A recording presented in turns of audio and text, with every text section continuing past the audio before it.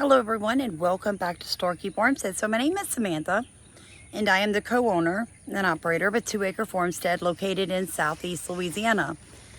This video is going to link some more information for you guys based on the video I did about the 2 little girls that were kidnapped and trafficked out of Louisiana into Mississippi. What we're finding is extremely disturbing. First off, there were cages found in the home. The police called in the FBI. They believe that this is a group of people who are organized and who have participated in the trafficking, specifically of children, prior to this incident. Now, the police also believe that the mother, Miss BRUNETT, had a low self-esteem, that she was overweight, she just wanted to be loved. So she let Callahan into her life because he knew what to say. He knew how to convince her that she was beautiful, that she was loved. And this woman allowed this predator near her children. Listen to what he says about the murders out of his own mouth. Mr. Callahan, do you have anything to say? I would like Did you kill Aaron BRUNETT? Unfortunately, on Lexapro, sober, no drugs in my system, I did. Why? Why did you kill the 3-year-old girl? I have no reason for what I did. All I know is I want to say I was sober and only on Lexapro and off Lexapro, and I'm also diagnosed borderline with a multiple personality disorder, and I have not got to talk to a lawyer, and I'm on suicide watch, but I'm not suicidal. But Did you kill her mom? Did you kill her mom? The Lexapro. Did you kill her mom? His mom. Aaron's mom. I'm at Rankin County Jail if y'all would like an interview. Do you regret what you did? Completely. You regret what you did? I would kill me, and I have told them everything that I did, and I have agreed to not fight it, speedy trial, and the death chamber, or whatever it is. Do you hope for the death penalty? For what I did, lethal injection is the easiest thing for me. Are you pretending to be crazy? No, I'm not pretending to be crazy. Look me up in Region 8. Borderline multiple personality disorder. You better look it up before So you you say have pretend no- to be crazy. I'm certified. I was only at Nut House 2 weeks now. Now, he's blaming it immediately. Lexapro. I had no drugs in my system. I wasn't drunk. It was Lexapro. It was Lexapro. Let me tell you my own personal opinion. Do not think this man is crazy. I think this man is evil. I think he is evil. He knows that these lawsuits, this one specifically, has already happened where in a British court, they sued the company that makes Lexapro for several $1 million, saying that it was an 80% liable for the murder of these people in another case, right, years ago. So I started doing a little research. What I found is that Lexapro is linked to multiple murders. Now, could the Lexapro be numbing people to the point that they don't have the facilities to feel empathy for their victims? I think that's one of them. The other thing is, I think it does change the chemicals. It's obvious it changes the chemicals in your brain, but not to a positive way. Third, I think that a lot of people prior to committing murder or kidnapping, suicide, sometimes they seek help. People notice their behaviors are changing, and then they end up with a doctor and they get prescribed the medication and they commit the crime they've always been thinking about doing because now they're numb. Now, you know, they don't have, their brain is being chemicalized and they don't have a conscience coming through because the medication is numbing who you actually are. And now that's just my personal opinion. I don't think this man's crazy. He knew to claim Lexapro caused him to commit these heinous murders. He knew to say, oh yeah, the death penalty is the best thing for me. Just go ahead and kill me. I'll commit suicide. He's doing that to avoid death. Now, I saw a clip of a lady that was trafficked as a child herself, was kept in cages as a child herself. I'm going to share it with you. Love. Any kind of love from anywhere. They do no background checks. They bring these mentally ill, distorted men around their children, and just any kind of love.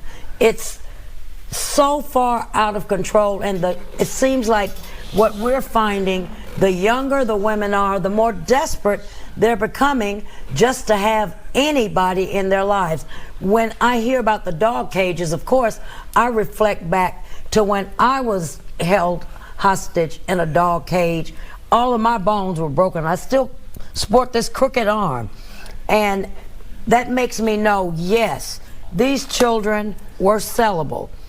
Probably when a child is very active and talkative, 9 times out of 10, they will get rid of that child. And the one that will be submissive and quiet will be the one that they will market into sex slavery. And unfortunately, even if this child, the one that was deceased, if it hadn't taken too long, they could have sold her organs. The number one skin organ is skin right now, and they get more money, especially for a youngster's skin. Explain that for me. Skin? Skin is the largest organ on the body. On the Right. body. I understand that, but so people are selling that now. Yes. To whom? First of all, out of the country, for we're in war. Number 2, people are using younger people's skin, thinking, especially with all of these body shapings and all this body sculpturing, and when they remove skin and it was wrinkled, they can replace it with younger, tighter skin. The world has lost its first mind. of all, You saw the previous video where I showed you that Callahan's father was a murderer. Now he is a murderer. Folks, there is something called generational curses. The Bible talks about it. It's going to last for 7 generations until somebody gets a hold to it, gets saved by the blood, and breaks the curse. I hear a lot of people say things like, oh, Sam, you know, when you fell off into addiction, it wasn't your fault. Your family has habits of addiction, right? It runs through your family. My grandparents on my maternal side were alcoholics, but neither of my parents were addicts. So when you think about that, they would say, oh, it's just, you know, 3rd generation, you couldn't help it, but I could. There's always free will, folks. And that's the beauty of Jesus Christ and the blood that he shed for you on the cross. He came to give you life, and life more abundantly, which is the breaking of curses off of your life. Grab a hold of that. Don't claim that over your family. Don't, as a Christian, look at your kids and be like, oh, you know, they're predestined to be alcoholics or to have a pornography addiction or to be obese because, you know, it runs in my family. Don't claim that. Don't speak that over your family. Be careful how you use your words. You claim the blood over your family, folks, because those curses are broken. Jesus came to set the captive free. Prior to being set free, you were under a generational curse. After you become saved by the blood, you are set free. Now, whether you ever get to the point in your walk with him that you truly understand that is up to you, right? You have to walk your salvation out. You have to learn what your promises in the Bible are. The reason I brought these types of things up to you guys is this is what we're dealing with in our world now. We have grown adults trafficking children across the country. The most disturbing fact about this whole thing is this clip from this lady I told you about. Skin. Did you guys know that? That on the black market today in 2024, skin is one of the most sought after organs, right? But more than that, children's skin. Who can afford, first, the cosmetic surgeries, but second, the black market children's skin? Oh yeah, It's exactly right. You, my friend, are exactly right. Guys, we live in an antichrist, demonic world where our children are the sacrifices. That's what abortion is. Killing an unborn child. There's only one thing that pleases, and that's Satan. To me, abortion is not about women's rights. Dude, there's birth control everywhere. Use some restraint. How about that? What it is, it's about feeding the beast, right? Right now, across America, everything feeds the beast system. Heard a pastor preaching today, Pastor Rodney Howard Brown, and he said, hear a lot of people talking about, I need to get my credit score up. And he said, always ask him, why? Why do you even need a credit score? Oh, you know, in case I need a car, I want to buy a house. And he's like, save your money and pay cash. And they're like, oh, but you know, I have an 850 credit score. And he said, the only way that you have an 850 point credit score is you're up to your eyeballs in credit, but you can manage it. And he's right. As soon as I paid off all my debt and didn't have a mortgage, didn't have a vehicle note, had no outstanding debt, guess what happened to my credit score? Whew.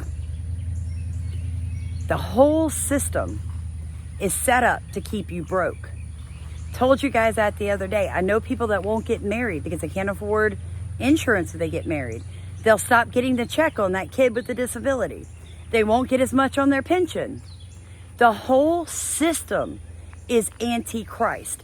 And there has to come a point where us Christians, if we're going to survive the one world that's coming, we have to step out in faith and go, you know, no, I'm going to get married, and my Father in heaven is going to open and just pour it out on me. I'm going to sow my seed. I'm going to pull myself out of their system. I don't worry about a credit score because I never intend to have debt again. Told you guys that. I don't do anything on debt. Nothing. I don't even own a backup credit card. Somebody was like, you really need a credit for emergencies. I was like, I've got one. His name is God. That's my emergency credit card. Him. Not the beast system. That's not my backup, folks. Now, I'm not bragging, and I'm not telling you that you have to be identical to me, but I'm telling you, build your financial life, build your business, build to everything on God's word and not on the world system. Quit telling your young teenagers, look, you need to get a credit card. You got to start building that credit. Yeah, so you can get that, $400,000 house you'll never be able to afford. Stop telling your babies that. Tell your kids to become the best in whatever field they want to be in and work day and night towards that dream. And you help financially support them. You let them live at home. You do whatever you have to do. But you don't make your babies take out debt, folks, to get their cars or anything else. You help them. You'll be blessed. Owe no man anything.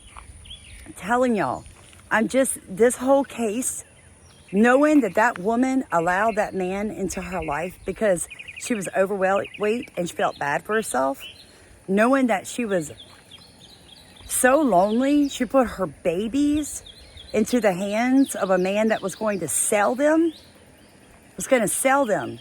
Y'all heard that lady talking. Folks, look, if you want more videos like this, please consider rowing in our boat. Consider planting your seed here. We're good soil, folks. So I just love you guys so much. I'm going to try to go live later tonight. I'm not sure if I'm going to pull it off. Might be tomorrow. Be patient with me. Got a lot of stuff going on. But I'm going to be booking our rooms for our Maui trip probably by Wednesday. Tickets are bought and paid for. They were donated to a lovely lady named Lisa. I've already set up my days to see the king. The next thing I'm going to do is make sure that I'm available and in position to speak to as many of the fire victims from Maui that will talk to us. So you guys keep covering us with your prayers. Sow into this mission trip so that you can reap back from it. That concept of sowing and reaping works all the way through your life, folks.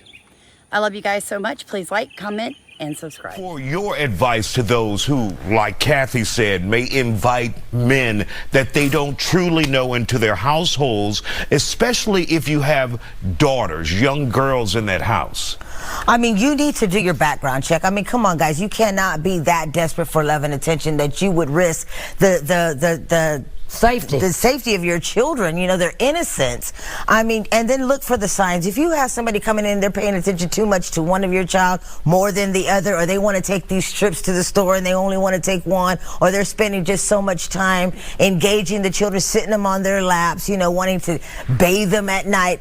Look at all the signs that's happening in your home. Letting Do not be ignorant in front of men, women, others, and unfortunately, to sit up in here, because, you know, I've worked with probably over 1.2 million in the past 21 years, different individuals that have been through my programs, but I just love him. Yep.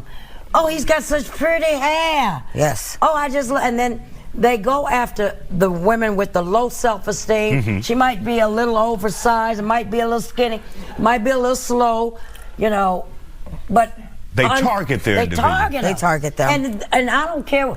Awareness has been out there forever. Now it has become a fad. Everybody's going to cry.